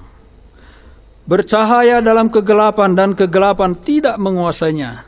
Terang yang sesungguhnya yang menerangi setiap orang sedang datang ke dalam dunia. Jadi selain juru selamat, dia juga itu terang. Dia datang untuk menerangi manusia. Karena manusia itu hidup di dalam kegelapan.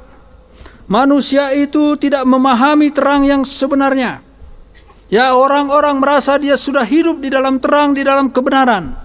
Tetapi Tuhan mengatakan tidak ada seorang pun yang benar, seorang pun tidak. Kalau kita membaca itu di Roma pasal yang ketiga, tidak ada orang yang benar, tidak ada satu pun dikatakan oleh firman Tuhan. Tidak ada satu orang pun yang sungguh-sungguh mengenal terang yang sebenarnya. Nah, karena itu, untuk apa dia berinkarnasi? Saya hanya bahas 3 poin supaya tidak terlalu panjang. Padahal banyak sekali yang bisa kita petik. Nah, saudara-saudara, karena dia adalah terang dunia, maka Tuhan Yesus mengatakan di pasal 8 ayat ke-12.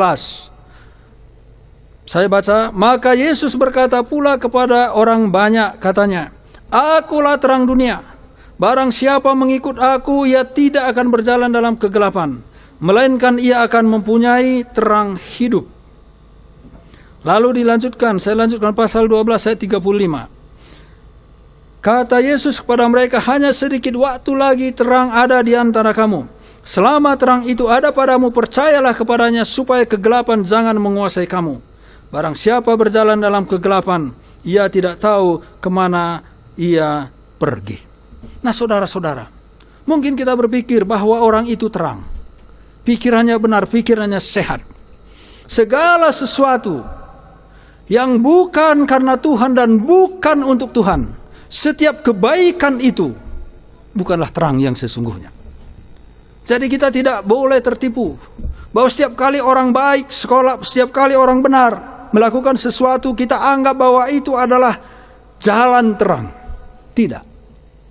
Karena terang yang sesungguhnya itu haruslah didasari oleh terang Kristus di dalam diri kita. Kita menerima terang itu dan kita melakukan setiap kebaikan, setiap perbuatan baik kita itu adalah di dalam terang itu, dan untuk terang itu baru setiap tindakan kita itu benar, baru setiap perkataan kita itu benar, baru setiap motivasi kita itu benar. Harus didasari kepada terang kebenaran yang sumbernya adalah dari Tuhan Yesus Kristus itu sendiri. Nah, karena itu maka dia mengatakan, barang siapa yang percaya, yang mengikut aku, ia tidak akan berjalan dalam kegelapan, melainkan ia akan mempunyai terang hidup. Bapak Ibu lihat, ini dikonekkan dengan dirinya sendiri. Orang supaya menjadi terang dan hidup di dalam terang, maka orang itu harus harus mengikut Tuhan Yesus Kristus. Supaya kita tidak mudah terlalu terpesona dengan janji-janji kampanye, kan begitu?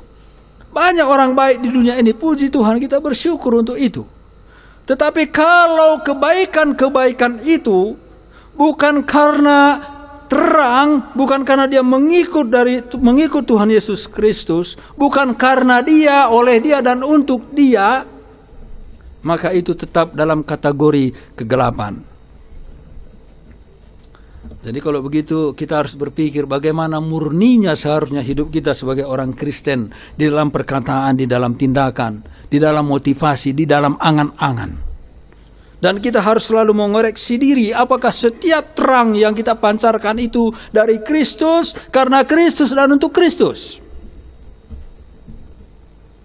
ataukah itu kemudian hanya berpihak untuk kepentingan diri kita sendiri dan dengan kekuatan, kemampuan, daya upaya kita sendiri, tanpa kita mempertimbangkan, dan semua itu sumbernya adalah Kristus itu sendiri. Karena itu maka dia mengatakan di ayat yang ke-35 tadi, percayalah kepadanya, maksudnya kepada dia yang adalah terang ini, supaya kegelapan jangan menguasai kamu. Sebab barang siapa berjalan dalam kegelapan, ia tidak tahu kemana ia pergi. Jadi tanpa arah. Orang yang tidak bersama dengan Kristus itu sama dengan orang yang tanpa arah. Oh, mungkin Bapak Ibu bisa protes, saya punya arah, saya punya planning ke depan. Ya, saya mau lakukan ini, lakukan itu, saya sudah membuat langkah-langkah yang saya harus ambil, orang-orang yang terlibat, dananya ini segala sesuatu. Bapak Ibu, betul. Tetapi, kenapa Tuhan Yesus mengatakan, kalau dia tidak berjalan bersama dengan terang itu, ia tidak tahu kemana ia pergi, tidak tahu kemana arahnya. Kenapa? Karena seharusnya arah hidup setiap orang yang percaya itu adalah kepada terang itu sendiri. Jadi kalau arah hidup kita bukan kepadanya, dan khususnya bagi orang yang belum mengikutnya, belum percaya kepadanya, maka betul dia tidak tahu kemana dia pergi. Dia tidak tahu. Karena dia berjalan hanya untuk kemauannya, untuk kepentingannya sendiri. Dia tidak tahu. Padahal arah hidup seseorang itu harusnya semua mengarah kepada Kristus. Semua mengarah kepada Kristus. Itulah arah hidup kita. Jadi tujuan inkarnasinya yang pertama adalah, ya ini poinnya bisa dibolak-balik saja, supaya manusia mempunyai terang hidup. menjadi tuntunan kita untuk berjalan melangkah dalam kehidupan kita di dunia ini. Nah, lalu Bapak Ibu yang dikasihi oleh Tuhan Yesus Kristus,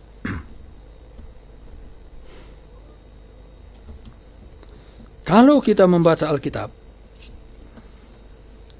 semua itu mengacu kepada Allah, mengacu kepada Tuhan Yesus Kristus. Peristiwa apa saja yang Bapak Ibu baca di dalam Alkitab, semua itu pasti ceritanya tentang Allah. Tentang Allah. Cerita Taman Eden tentang Allah. Cerita Abraham tentang dia juga. Cerita tentang perjalanan dari Mesir masuk ke dalam tanah Kanaan tentang dia juga. Dan semua cerita di dalam Alkitab itu adalah cerita tentang dia. Dan manusia itu terus diarahkan kepadanya. Walaupun manusia itu selalu memberontak, tetapi Tuhan tidak bosan-bosannya terus mengarahkan manusia itu kepada dirinya. Karena dia adalah terang dan dialah menjadi tujuan hidup kita yang sesungguhnya. Itu poin yang pertama tadi. Lalu poin yang kedua, kalau kita membaca di Yohanes 1 ayat yang ke-19 dikatakan demikian. Maksud saya ayat 29, tadi saya sudah baca juga.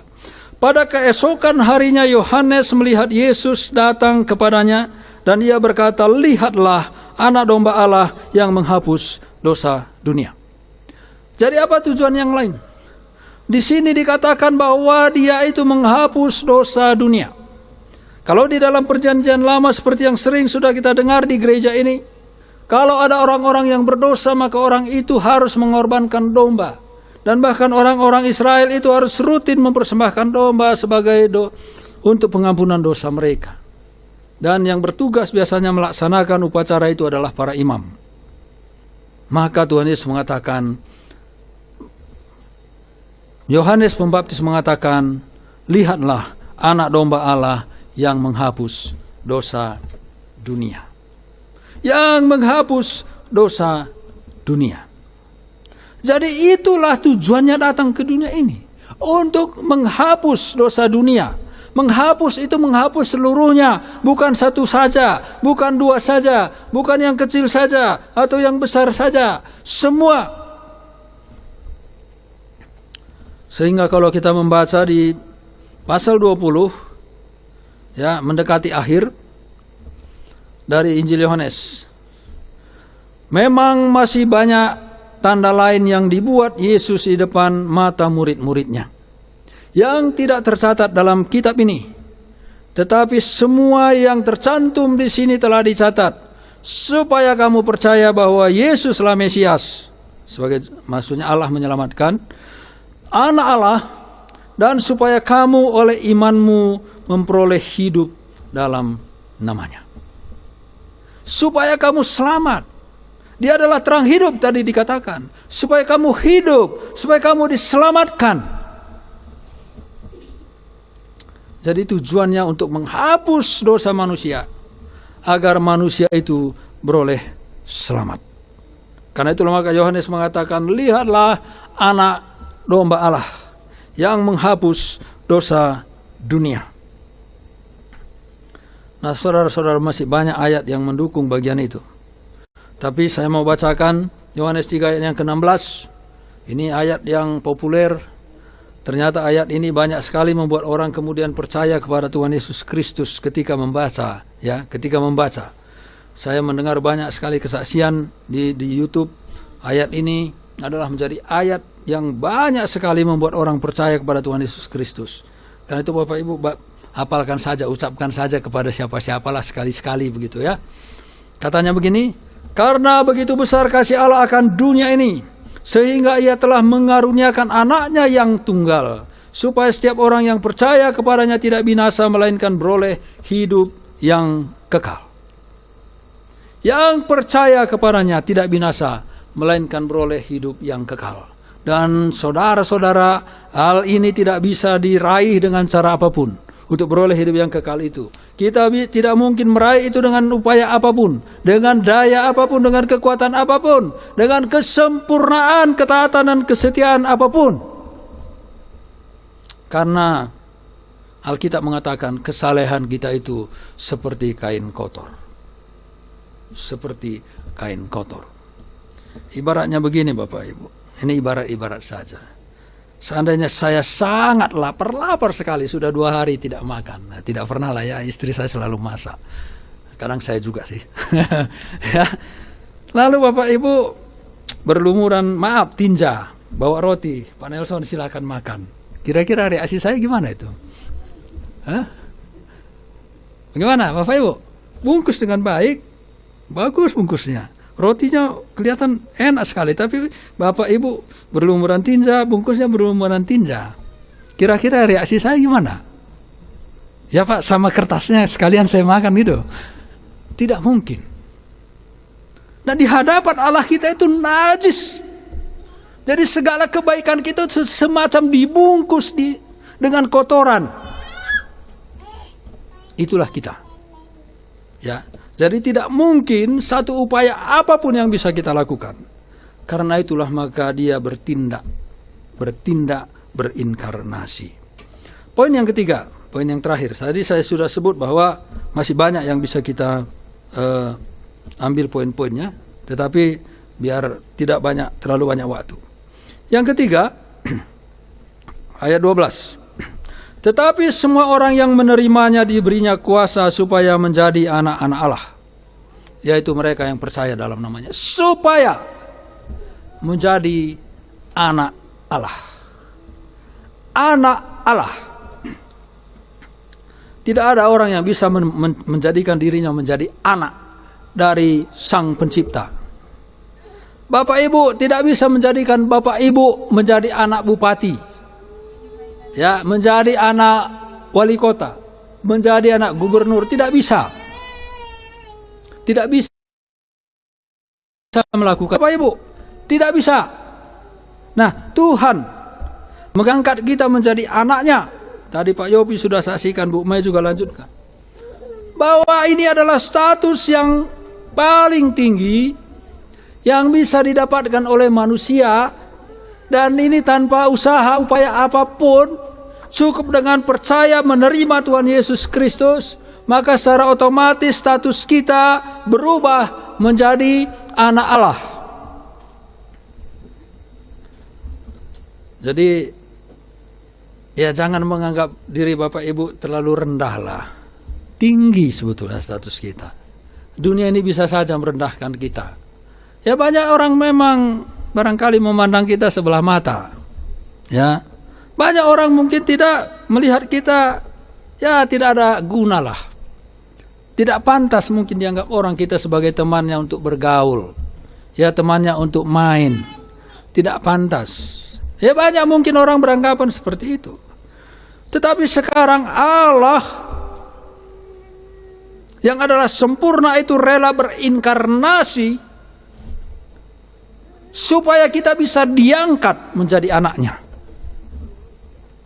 Ditempatkan menjadi anaknya.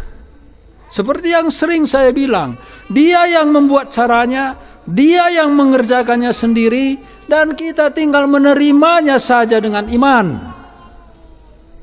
Tidak ada upaya apapun yang kita lakukan selain percaya dan menerima Tuhan Yesus Kristus. Jadi seharusnya kita bangga sebagai orang yang percaya kepada Tuhan Yesus. Walaupun mungkin dalam hidup kita sehari-hari kita tidak memiliki kebanggaan lain yang bisa kita bangga-banggakan. Ya mungkin rupa kita juga ya pas-pasan lah. Atau barangkali di bawah orang secara umum. Ya ekonomi kita juga kembang kempes lah. Ya mungkin jauh. Tingkat pendidikan kita, status sosial kita semua mungkin jauh. Tetapi status ini melampaui segala status apapun yang bisa diperoleh oleh semua orang. Melampaui status apapun yang bisa kita terima dari apapun yang juga kita bisa upayakan. Menjadi anak Allah. Dan kita itu adalah anaknya. Dan untuk menjadikan kita anaknya, dia rela membayar mahal, bahkan dengan nyawanya sendiri. Dan Bapak Ibu pernah mendengar saya khotbah penderitaan Tuhan Yesus di luar salib. Pernah ya? Masih ingat? Dia lahir di keluarga miskin. Dia juga miskin sehingga bayar bea bait suci dia tidak punya uang. Dia berjalan ke sana kemari, di mana-mana dia dimusuhi, dia menjadi tukang kayu. Bukankah itu semua susah? Susah. Tetapi dia rela melakukan semua ini demi kita. Jadi Bapak Ibu, kesimpulannya adalah Tuhan Yesus adalah Allah yang kekal, pencipta segala sesuatu, yang menjelma menjadi manusia supaya kita bisa selamat. Tujuan penjelmaannya adalah untuk menerangi manusia yang hidup dalam kegelapan supaya mempunyai terang hidup, serta supaya mendapat pengampunan dosa dan hidup yang kekal. Yang terakhir, orang yang percaya dan menerima Tuhan Yesus statusnya menjadi anak Allah, anak Tuhan. Ini adalah status yang paling tinggi yang bisa didapatkan oleh manusia. Kiranya firman Tuhan ini menjadi berkat bagi kita semua. Di momen Natal ini sadari diri kita bahwa kita adalah anak Allah. Melalui momen Natal itu dia datang sebagai bayi. Tetapi itulah jalan cerita awalnya. Di muka bumi ini bagaimana kita bisa kemudian diselamatkan, memiliki terang hidup dan menjadi anak Allah. Mari kita berdoa. Terima kasih Tuhan, kami mengucapkan syukur kepadamu untuk firman yang sudah kami dengar. Kiranya Tuhan menolong kami supaya kami semakin menyadari bagaimana besarnya kasih-Mu kepada kami, sehingga Engkau rela meninggalkan segala sesuatunya dan datang ke dunia ini yang kami peringati dalam momen Natal, dan juga yang akan kami peringati di dalam momen di mana Tuhan akan mati disalibkan pada waktu Jumat Agung dan Paskah, hari kebangkitan-Mu. Terpujilah nama Tuhan, biarlah kami semakin melihat kebesaran-Mu, kemuliaan-Mu, dan juga kasih-Mu yang sempurna itu bagi kami. Agar dengan demikian kami selalu mendapatkan kekuatan dan penghiburan, bahkan dalam masa-masa tersulit sekalipun dalam kehidupan kami. Terima kasih Bapa, hamba-Mu sudah selesai menyampaikan firman Tuhan. Tapi ada Roh-Mu yang selalu bisa mengingatkan kami akan kebenaran ini, sehingga kemanapun kami pergi dalam hari-hari ke depan, ada Roh Kudus yang terus mengingatkan kami. Terima kasih, terpujilah nama-Mu. Dalam nama Tuhan kami, Yesus Kristus kami berdoa. Amin.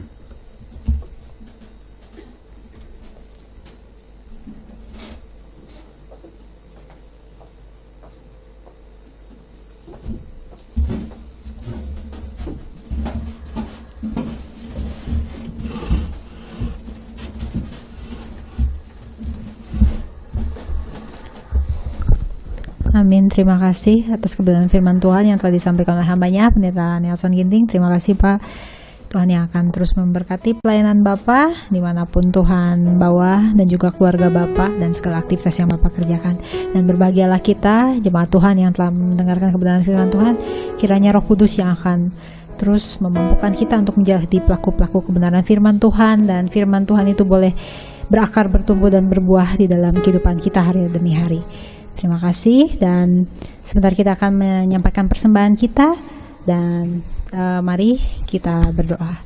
Bapa kami yang bertahta di dalam kerajaan surga, terima kasih Bapa untuk kasih setia, untuk karya-Mu, inkarnasi-Mu di atas muka bumi ini Tuhan, dan kami sungguh bersyukur diangkat menjadi anak-anak-Mu. Terima kasih untuk kebenaran firman-Mu, dan biarlah kami terus menjadi pelaku-pelaku kebenaran firman-Mu. Berkati hamba-Mu yang telah menyampaikan firman Tuhan, dan berkati pelayanannya, keluarganya Tuhan, manapun Kau tempatkan dia, Kau terus menyertai. Dan sebentar kami akan menyampaikan persembahan kami. Tuhan, kiranya Kau memberkati setiap tangan-tangan yang akan memberi di hari ini, dan juga yang mungkin masih belum bisa memberi. Tuhan, kiranya Engkau terus memberkati kehidupan kami hari lepas hari, dan segala yang kami kumpulkan, persembahan kami pada pagi hari ini boleh berguna untuk karya-Mu, untuk pekerjaan-Mu Tuhan di muka bumi ini melalui Gereja Metodis Injili Menara Pengharapan. Terima kasih Tuhan Yesus, terpujilah nama-Mu. Hanya di dalam nama Yesus Kristus kami berdoa dan bersyukur. Amin. Selamat memberi Bapak Ibu. Tuhan Yesus memberkati. Dan kepada hambanya akan mengumpulkan persembahan, saya persilahkan. Jemaat Tuhan, saya mengajak Bapak Ibu untuk mengangkat pujian ingat akan nama Yesus.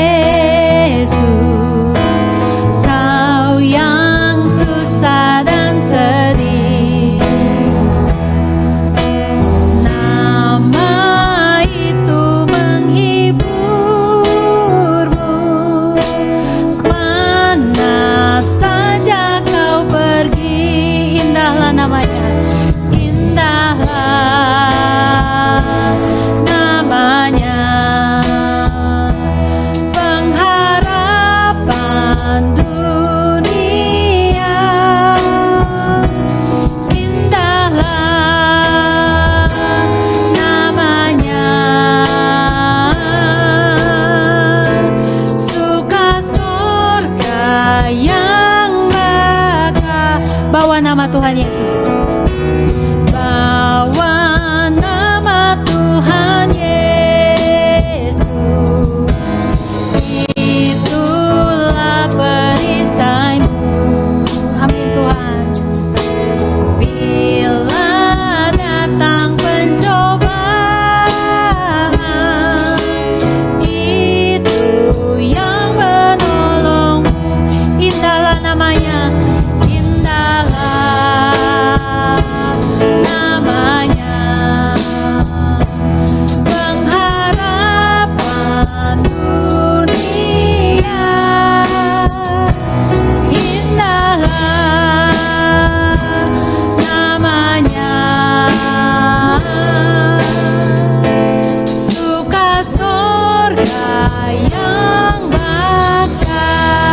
Terima kasih Bapak Ibu untuk persembahan tadi kumpulkan. Tuhan Yesus memberkati. Dan kepada hambanya yang akan menyampaikan warta, saya persilahkan waktu dan tempat. Ya, silahkan Ibu Ros.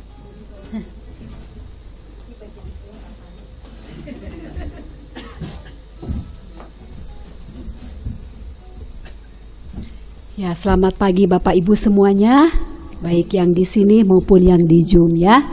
Tadi saya memperhatikan cuman Pak Yopi yang di Zoom. Terima kasih Bapak untuk kesetiaannya mengikuti ibadah di Zoom ya Pak. Bapak Ibu, sekarang kita akan menyimak warta jemaat. Ya, kita akan memperhatikan laporan persembahan dulu ya, yang sudah dilaksanakan di tanggal 14 Desember. Persembahannya semua total jumlahnya 330.000. Terima kasih ya Bapak Ibu yang sudah memberikan persembahan, tetapi juga bisa memberikan persembahan lewat transfer bank OCBC NISP ya. Sudah ada tertera ininya, nomor rekeningnya. Nah, di bulan Desember ada beberapa orang yang berulang tahun kelahiran. Pertama itu Simisai Benaya Ginting, anak kami ya, anak Panelson juga. Ibu Risma tanggal 12 ya. Lalu tanggal 15 Bapak Weli, yang kemarin Pak Weli kira-kira kadonya apa ya dari sang istri yang tercinta. Rahasia ya Pak ya. Paling tidak bersyukur memiliki istri Ibu Ade ya. Lalu tanggal 17 Natalia berulang tahun juga. Semoga tetap ya menjadi seorang karyawati yang berintegritas, menjadi saksi dan terang dimanapun dia berada ya. Lalu tanggal 18 Ibu Natalia yang ada di Amerika, selamat ulang tahun juga Ibu. Tuhan Yesus selalu menyertai dan memberkati Ibu bersama keluarga ya. Berikutnya kita akan melihat kembali ulang tahun pernikahan Pak Pu dengan Ibu ya, tanggal 14. Kiranya di atas semuanya itu kenakanlah kasih sebagai pengikat yang mempersatukan dan menyempurnakan. Ya Pak Nelson ya, kita juga selalu diikat, disempurnakan oleh kasih Tuhan. Bukan hanya kepada keluarga Pak Pur, Ibu Pur, kepada semua keluarga yang di tempat ini ya. Baiklah kita mengutamakan, mengandalkan Tuhan Yesus sebagai pengikat kasih di antara suami istri maupun di antara orang tua dan anak-anak. Amin Bapak Ibu. Amin, puji Tuhan ya. Selanjutnya sebelum kita berdoa syafaat, Bapak Ibu, Senin, Selasa, Rabu, Kamis ya. 3 hari lagi hari Kamis kita akan melaksanakan ibadah dan perayaan Natal di tempat ini Bapak Ibu ya, masih tetap di tempat ini. Dimulai pukul 9 seperti biasa, pengkhotbahnya yaitu Pendeta Alex. Nah, Bapak Ibu hanya mempersiapkan saja ya, jiwa dan raga. Bagaimana jiwa Bapak Ibu memiliki kerinduan ya untuk mau beribadah, mensyukuri bahwa sampai tahun ini kita masih diberikan kesempatan untuk merayakan Natal di tempat ini ya Bapak Ibu, dengan tempat yang tersedia gratis, dengan yang punya tempatnya itu sangat baik memperhatikan kita. Nah, kita syukuri, kita ungkapkan rasa syukur, rasa sukacita kita melalui reinkarnasi Yesus sebagai juru selamat juga kepada kita sebagai anak-anak Allah. Amin. Amin ya, nanti kita persiapkan. Nah, berhubung untuk Natal nanti hari Kamis Bapak Ibu, jadi seperti biasa kita akan melengkapi sukacita kita ya di perayaan Natal itu dengan mengadakan tukar kado ya. Tukar kadonya itu berbentuk makanan atau minuman, tapi tolong jangan yang expire. Ketika Bapak Ibu membeli gitu ya, karena diskon gede-gedean. Nah, sekarang kan banyak diskon gede-gedean gitu ya.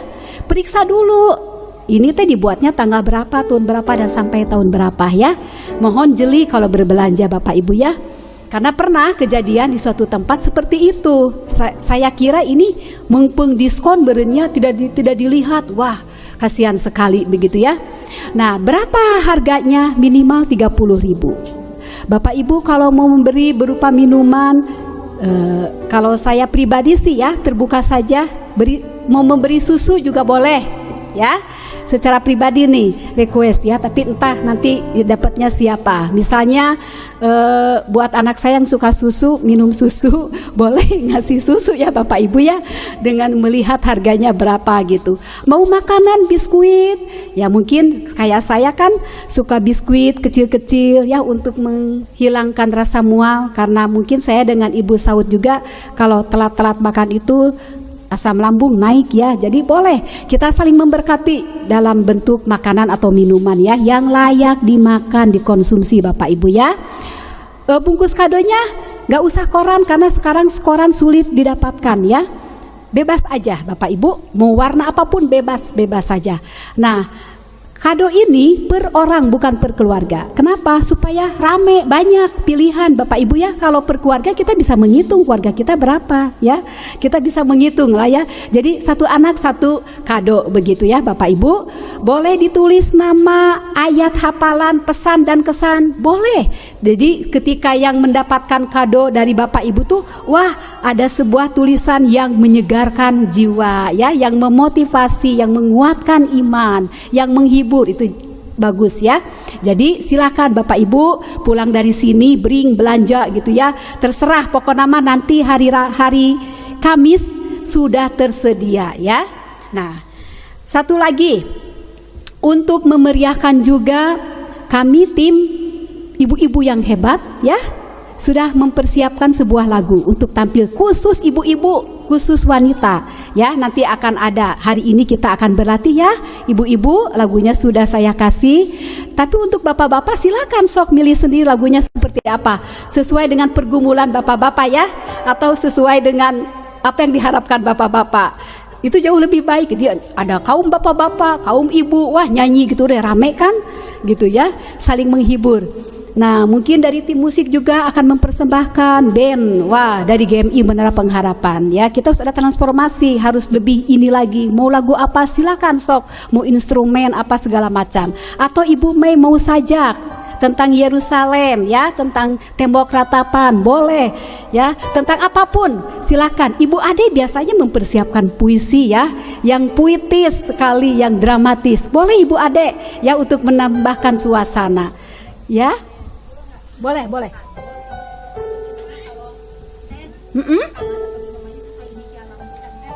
Ya. Oh, ya. R. Ya. Ya, boleh. Ada usulan Bapak Ibu. Jadi ketika kita mau membeli makanan sesuai dengan inisial nama kita, misalkan Ros. Gampang. Roma Kelapa. Misalkan ya. Ya. Pak Nelson N. Apa ya? Nutrisari. Ya kan Nutrisari, betul. Pak Weli, tapi apa ya Pak Weli ya? Boleh, silahkan ya. Jadi boleh berinisial, boleh. Jadi nanti kita mendapat, oh ini dari R, oh iya masih gana Ibu Roslinawati ya dari L misalkan ya, nggak apa-apa ya berinisial. Setuju? Bagaimana Bapak Ibu? Berarti kalau Ibu Olsia dari O ya, Oreo Bu udah. Iya ya. Jadi semuanya setuju Bapak Ibu? Setuju ya, Sok Bapak Ibu memikirkan dari sekarang. Boleh. Kalau saya usul sih di Cibadak tuh banyak ya macam-macam makanan ya. Ya boleh. Jadi sebelum membeli ingat dulu nama sendiri ya. Nama sendiri ingat dulu. Ya terima kasih Ibu Mei usulannya. Ibu Sela ya. Boleh adiknya juga nanti datang lagi ya. Ada lagi Bapak Ibu pertanyaan, mungkin ada usulan? Maaf, ibu-ibu konsumsi untuk minggu depan seperti apa konsumsinya? Ya, hari Rabu. Nanti hari Kamis ya. Oh ya hari Kamis. Udah disiapkan ya. Jadi Bapak Ibu jangan khawatir. Selain kita dikenyangkan oleh kebutuhan rohani, jasmani pun pasti kita dikenyangkan ya. Jadi siap-siap saja untuk beribadah. Ada lagi? Baik, kalau tidak ada, kita lihat siapa yang hari Kamis melayani ya. Hari Kamis melayani itu yang pengkhotbahnya Pak Alex ya. Worship leadernya saya dan singernya Ibu Olsia dan Ibu Pur. Ya, semua ada di sini ya yang bertugas, itu kita persiapkan. Selanjutnya khotbah Pak Yopi. Bapak Ibu ya, di setiap hari Senin pukul 7 silakan yang ada waktu untuk mendengarkan ya. Kalaupun mungkin tidak ada waktu jam 7, Pak Yopi selalu men-sharekannya di grup, bisa didengarkan juga ya. Atau mau di-sharekan ke yang lain, jauh lebih bagus supaya semakin banyak orang yang mendengarkan dan terberkati ya. Oke, terima kasih. Nah, sekarang kita akan mempersiapkan hati dan pikiran kita sehati, sepikir untuk berdoa syafaat ya. Kira-kira apakah ada doa tambahan secara pribadi atau keluarga untuk kita doakan bersama? Baik, kalau tidak ada kita akan berdoa ya. Bapa kami yang kami kenal dalam Yesus Kristus dan Roh Kudus, sungguh hati kami pada saat ini mengucap syukur atas segala kebaikan-Mu, pemeliharaanmu, kesetiaanmu di dalam setiap langkah kehidupan kami hari demi hari. Kami bersyukur untuk tempat ini yang masih bisa dipakai untuk beribadah. Kami bersyukur buat orang yang sudah menyediakannya sampai saat ini, sehingga kami tidak perlu takut, tidak perlu khawatir atau bingung kemana kami harus beribadah. Engkau sudah menyediakannya ya Tuhan. Bahkan Engkau juga sudah menyediakan sarana prasarana untuk kami pakai di dalam menunjang kelancaran ibadah kami.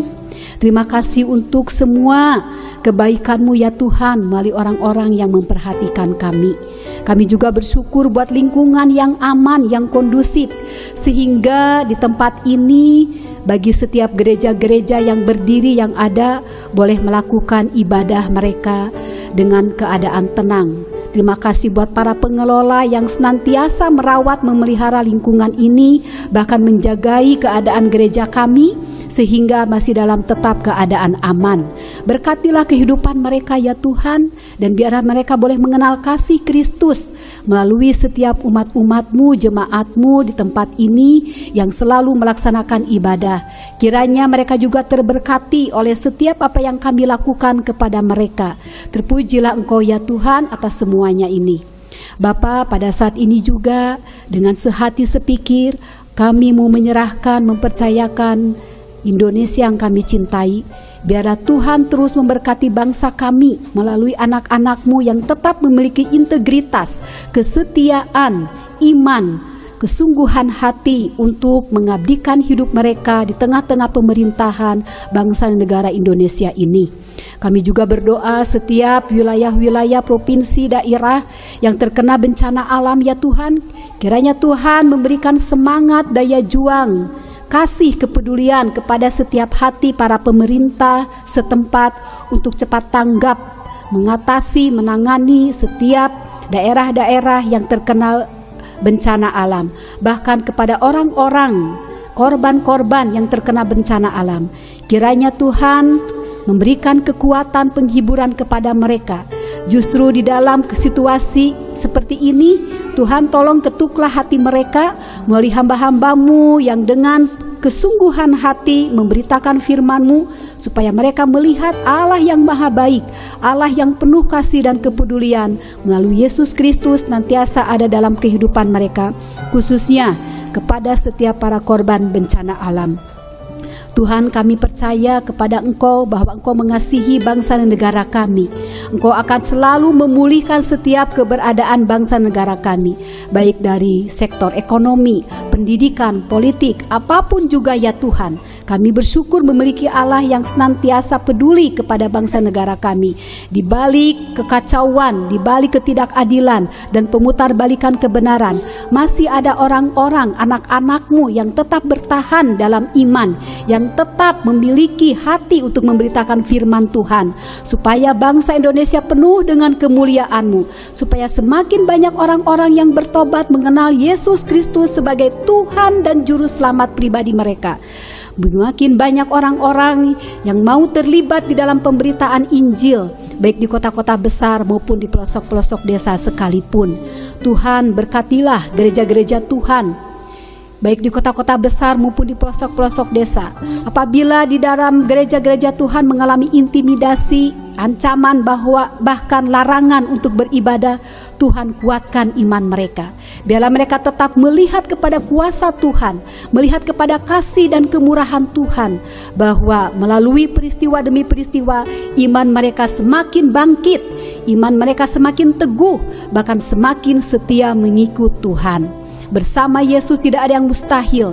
Kekuatan demi kekuatan iman dan hati mereka biarlah semakin tegar, dan melaluinya semakin banyak orang melihat bahwa anak-anak Tuhan tidak pernah takut, tidak pernah khawatir, karena hidupnya sudah dijamin di dalam tangan yang penuh kasih dan pengampunan, yaitu Yesus Kristus.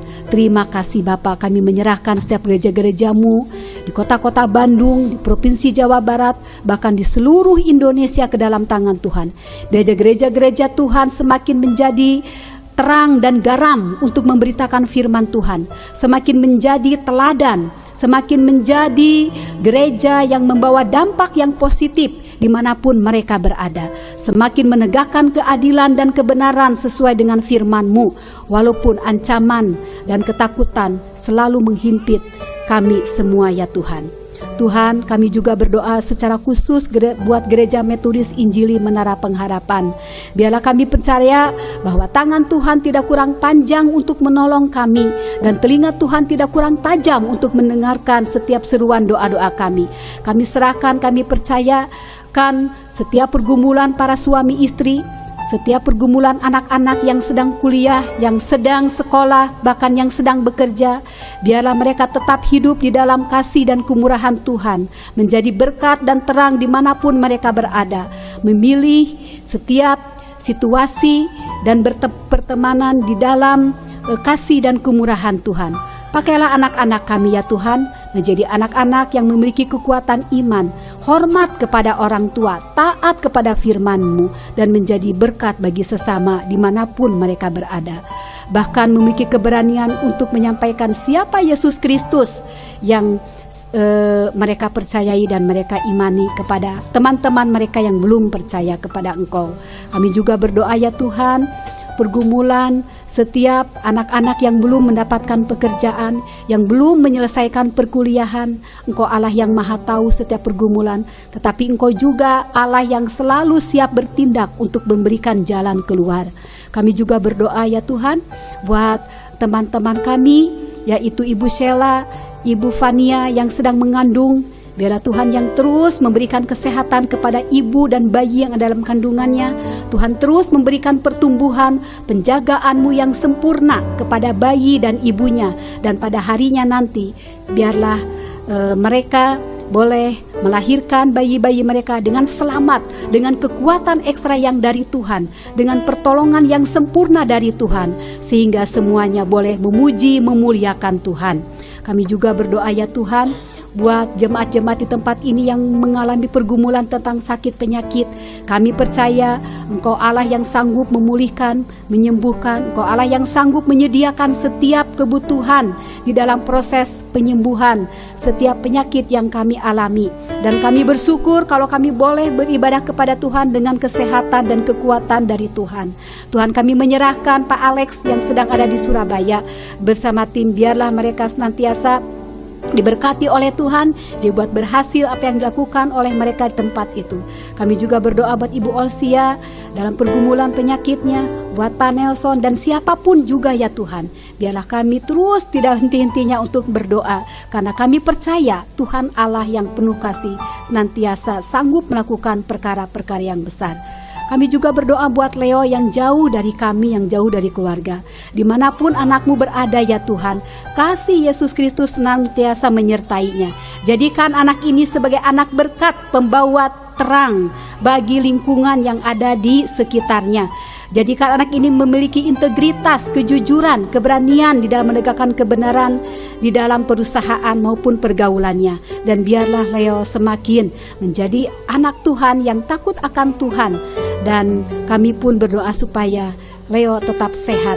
Kami percayakan ya Tuhan setiap pergumulan kami, baik yang berulang tahun pernikahan maupun ulang tahun pernikahan. Dan kami yakin Tuhan akan membukakan jalan, memberikan kesempatan, peluang kepada Pak Nelson untuk mau melangkahkan kaki kembali ke Kabupaten Kuningan, di mana nama Tuhan akan diberitakan dan di mana orang-orang akan dikuatkan, akan datang kepada Tuhan sebagai Tuhan dan Juru Selamat mereka. Terima kasih Bapa, kami percayakan, kami menyerahkan doa-doa kami hanya ke dalam tangan-Mu, dan biarlah kami terus menjadi rumah doa dimanapun kami berada. Di dalam nama Tuhan Yesus kami berdoa dan mengucap syukur. Haleluya, amin.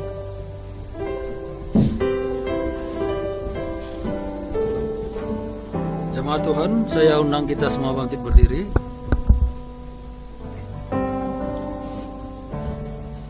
Sebelum kita menerima doa berkat, mari kita sama-sama mengakukan pengakuan iman rasuli. Mari kita katakan, aku percaya kepada Allah, Bapa yang Maha Kuasa, Khalik langit dan bumi, dan kepada Yesus Kristus anaknya yang tunggal Tuhan kita, yang dikandung daripada Roh Kudus, lahir dari anak darah Maria, yang menderita sengsara di bawah pemerintahan Pontius Pilatus, disalibkan, mati dan dikuburkan, turun ke dalam kerajaan maut, pada hari yang ketiga bangkit pula dari antara orang mati, naik ke surga, duduk di sebelah kanan Allah, Bapa yang Maha Kuasa, dan akan datang dari sana untuk menghakimi orang yang hidup dan yang mati. Aku percaya kepada Roh Kudus, Gereja yang kudus dan am, persekutuan Roh Kudus, pengampunan dosa, kebangkitan daging dan hidup yang kekal. Amin. Saudara-saudara, mari arahkanlah hati saudara kepada Tuhan. Dengan iman, terimalah berkat dari Dia. Diberkatilah rumah tanggamu, diberkatilah keturunanmu, diberkatilah usahamu, diberkatilah pendidikanmu, diberkatilah masa depanmu, diberkatilah engkau di luar rumah, diberkatilah di dalam rumah, diberkatilah engkau kemanapun kau pergi. Dan biarlah kiranya berkat-berkat ini terus tersurah dengan sempurna atas hidup saudara-saudara dan keluarga saudara sekalian.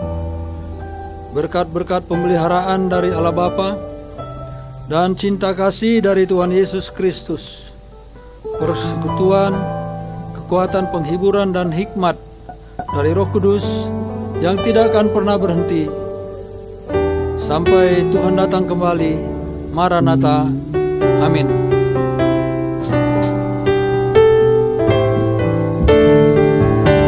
Yesus, Engkau juru selamatku.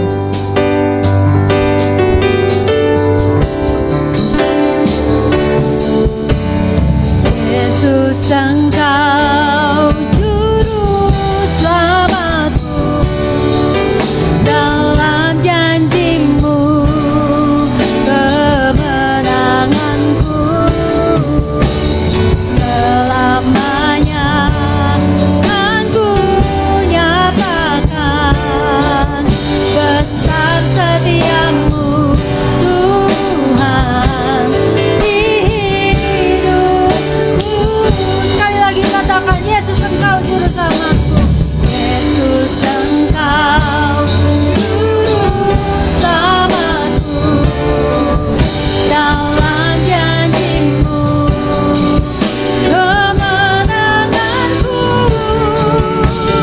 selamanya kan ku nyatakan besar setiamu Tuhan di hidupku.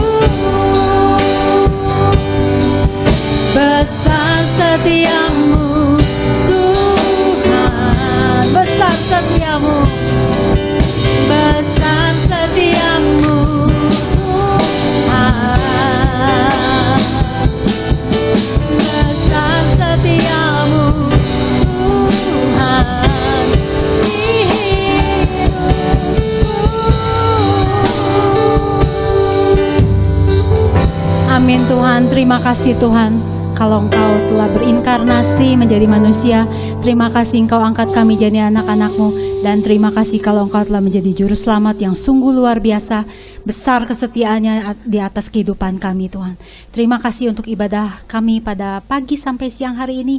Kalau semuanya boleh berjalan lancar, itu semua karena kasih dan kemurahan-Mu semata-mata dalam kehidupan kami. Dan kami kembalikan segala kemuliaan hanya untuk Engkau Tuhan. Kami sebentar akan berpisah satu dengan yang lainnya. Kiranya Engkau menyertai kepulangan kami, kegiatan kami selanjutnya ke dalam tangan-Mu Tuhan. Terima kasih Tuhan, kami bersyukur dan kami mau menyerahkan waktu kehidupan kami selanjutnya ke dalam tangan-Mu. Hanya di dalam nama Yesus Kristus, mari yang percaya dan mengasihi Tuhan sama-sama katakan amin. Selamat hari Minggu, Tuhan Yesus memberkati. Untuk Pak Yopi, selamat hari Minggu, Tuhan Yesus memberkati. Dan kepada ibu-ibu, tolong jangan pulang dulu, kita berlatih dan kita makan gorengan dulu sebelumnya biar suaranya bagus Bapak Ibu. Jangan lupa komen. Selamat hari Minggu Pak Yopi, Tuhan Yesus memberkati. Agar video-video tersebut dapat menjadi berkat bagi orang lain. Tuhan Yesus memberkati kita semua.